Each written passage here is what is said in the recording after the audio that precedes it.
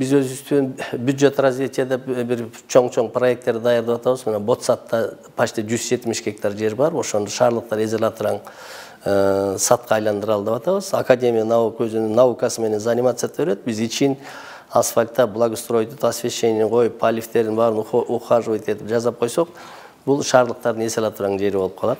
Андан тышкары Речка, Аламедин, Аларча, Бычканын жээктерине азыр карап көрсөңүздөр, камыш өзүп, киши база албайт.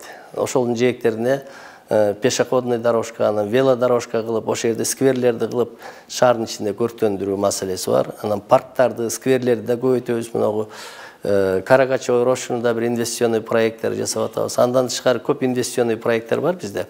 Жалаң эле бюджетти карап отура бербей, биз дагы прямой инфраструктурный проекттерди, инвест проекттерди даярдап атабыз. Чоң бир-эки чоң проект келсе, Кудай буйрса, жакшы болот деп ойлоп турабыз. Анан мына мен бардык жерде айтып атам, менимки смогтун да бир чоң причинасы свалочный полигон болуп атат. Ошол жерде буйрса 23-жылы сөзсүз биз ошо мусороперерабатывающий заводду куруп башташыбыз керек. Биз ошо баштаганда шаардыктарга айтабыз.